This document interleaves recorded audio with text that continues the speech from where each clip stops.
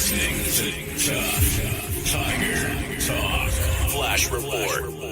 All right, big ups to the fam. Appreciate y'all being in this installment of Tuff Tiger Talk. I'm Big Q, chiming in on the latest of our fighting LSU Football Tigers. Man, listen, in this episode, man, we're going to cover a few things in the breakdown. Also, we're going to talk about the Kye Lacy, give you an update on that. We'll also talk about a couple of the transfer portal guys, a little brighter news of what we were able to add via the transfer portal. Another good move, picking up a couple of more transfers to a very excellent class as Coach Kelly doubling down, adding these college veterans to improve our chances because he wants to play for an SEC chip this year. That's what he said at the end of the press conference, which is putting a lot of pressure on this team to perform. So we'll start off by getting the good news of the transfer portal, which is, and this shout out to Glenn West of Go 24/7,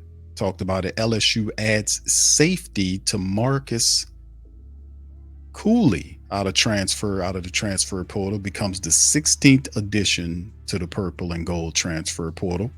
LSU's string of transfer portal success continued on Monday with the Tigers officially beginning class this week.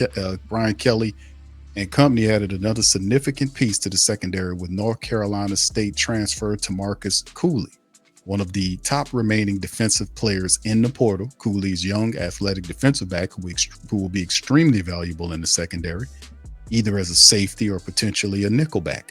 As a freshman in 24, Cooley racked up 39 tackles with 3 picks, 6 pass defense, and 2 forced fumbles. He'll come to LSU with multiple years of eligibility, where he immediately figures to compete at the safety position. He's 5'11", but is known for how big he plays at the position. A sure tackler who has some deceptive power in his hitting as well. This is a piece that the Tigers have been really needing to fill out that secondary. With 16 transfer portal additions to this point, LSU has now addressed all of its needs on paper. From a player perspective, the secondary was an area that needed a major talent upgrade and restructuring. That's exactly what the purple and gold have done in 25's class. And the addition of Cooley, Mansour Delaney, and Jakeem Jackson really been big. So 24/7 sports scout Cooper Patagna had to say this about Cooley from the transfer portal. And he wrote this just to be on point. That legit run defender that excels closer to the line of scrimmage, adds some much needed experience to LSU's DB room with some runaway to develop in coverage. Should slide nicely in a star role that he wrote. It remains to be seen if the star or a more traditional deep safety kind of role is where Cooley will slide in. Keep in mind, LSU is getting Harold Perkins back in the fold and figures to be a major player as a potential star for the defense. LSU could also choose to put Perkins on the field as a third linebacker, which would take away the star position. There are many different defenses the Tigers could roll in and out throughout the course of the game, and personnel upgrades across the board, at least on paper, opens up a lot more for this unit in 2025. So these are a few options that Blake Baker now has to load his defense going into the second year. LSU has a number of safeties on the roster, but the trio of Gilbert, Spears, and Tavanio figure to be the 3 that Cooley competes with most starting in the spring. A look at the depth position right here. As you can see, Jordan Gilbert's right there, the senior. Javian Tavano is there, the junior. Deshaun Spears, Joel Rogers, Austin Alsbury, CJ Jimacoli, and Jace Thomas. That's the depth right there for the DB room there, the safety room.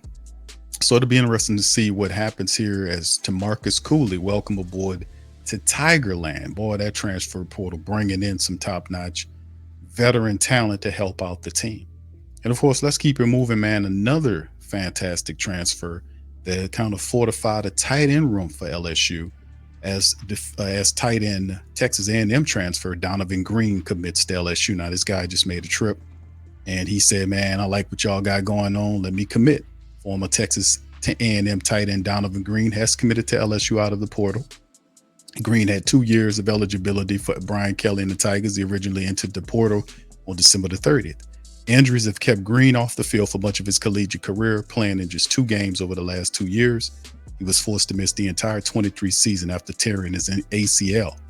In 2022, he caught 22 passes for 233 yards and 2 touchdowns before the injury bug caught up to him.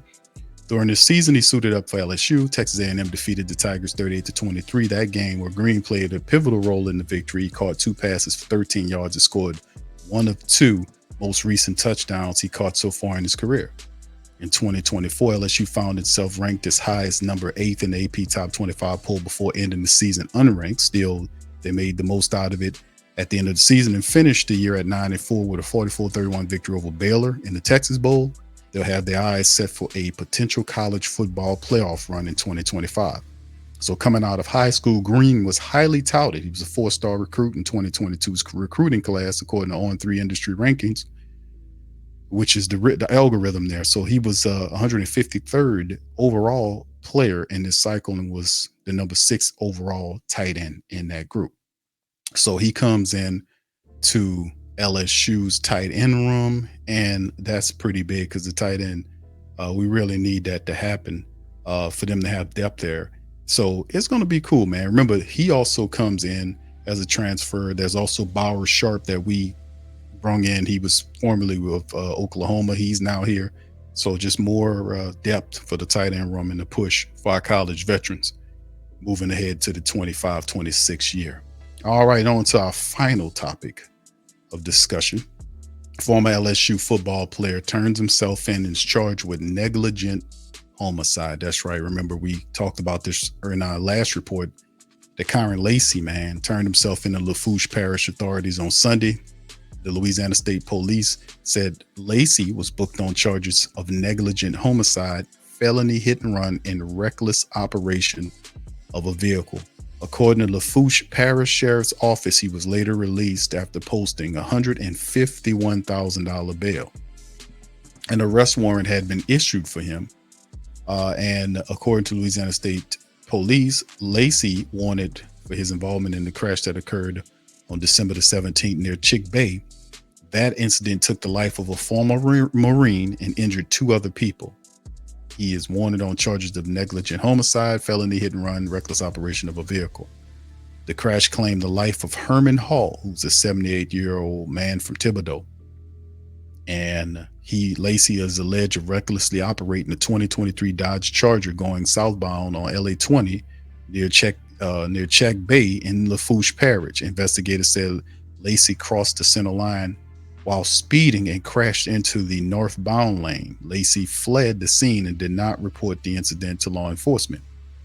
So there you go with that. And it mentions something about his playing career. He spent 2 collegiate years with the Raging Cajuns before transferring to LSU. Lacy was coming off the final season of college football, leading the Bayou Bengals in receiving and touchdowns. LSU going to be very interesting with this whole case. This is just of a stern reminder, of doing things the right way. Condolences to the family of the veteran, Mr. Herman. And listen, this is one of the things where you, as a young person, this is a teaching moment for our young people out there to know what to do and what not to do. So we'll see. We'll keep following this story about what happened with Kye Lacy and what's next. But this is very serious, right? All right, and then let's bounce to this before we get ready to leave on this flash report. 2025 LSU Tigers football transfer list, just to kind of brief you guys on all of our transfers thus far, because there's a bunch of them, right? Tamarcus Cooley, that's the latest guy right there. Some say the best safety in the transfer portal remaining. He's aboard. Donovan Green, we talked about him, the tight end from Texas A&M. He comes over. Josh Thompson, the big offensive lineman, coming over here as well from Northwestern. And then you take a look at Patrick Payton, the defensive end that people, the pass rusher, really happy from Florida State.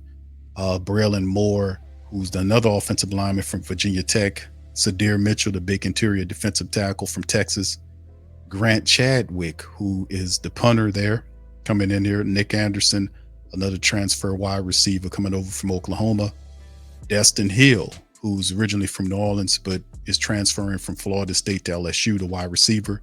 Mansour Delaney, who's a defensive back from VTech, coming over. Jack Pyburn, another defensive end, very active and productive one, almost the same as our Florida State guy, comes over from Florida too. So that's big. Michael Van Buren, who's the quarterback, who comes over from State. Jamari Butler, another edge rush candidate from Nebraska, who's going to be here to help out. Barron Brown, another wide receiver from UK, speedster, to help out here with our wide receiver called Jakeem Jackson, DB. That'll be really big for LSU secondary, coming over from Florida. And Bauer Sharp, the big tight end, very productive tight end from Oklahoma. Those are all of our transfer guys as currently constructed for the 2025 class. And you couple that with the fact that LSU had a pretty solid recruiting class for 2025 to mix in with the college veterans of the transfer portal and the guys coming back from the 2025 team. You should have a very good football team coming up. Harold Perkins returning, Garrett Nussmeier returning. You know, this is going to be a special season for LSU. Coach Kelly's talking the talk after a really rough season on Coach Kelly. A lot of pressure what happened with Notre Dame doing what they did, getting as far as what they've gotten. And that fell on him too. People kind of took jabs at him too. But I think at the end of the day, he understands what he's here for. And the only thing that'll appease the LSU family base, support base, is a chip. And it's about damn time, man. Let's get one. Anyway, that'll do it for Tuff Tiger Talk. Appreciate you guys being alive. Please feel free to hit the like button, hit the subscribe button. By all means, feel free to share the show on your social media feed. We appreciate you so much, man. Tuff Tiger Talk representing and doing our thing and sharing good game and information to all our fantastic LSU family across the world. So I'm Big Q. I'm gonna leave on that. Y'all, please feel free, if y'all want to support the stream, look at the links in the description section below, and that'll also, sharing the show as well helps out, but the links is for more information. With that being said, I'm gonna get out on that, and I'll holler at you next time. Go Tigers.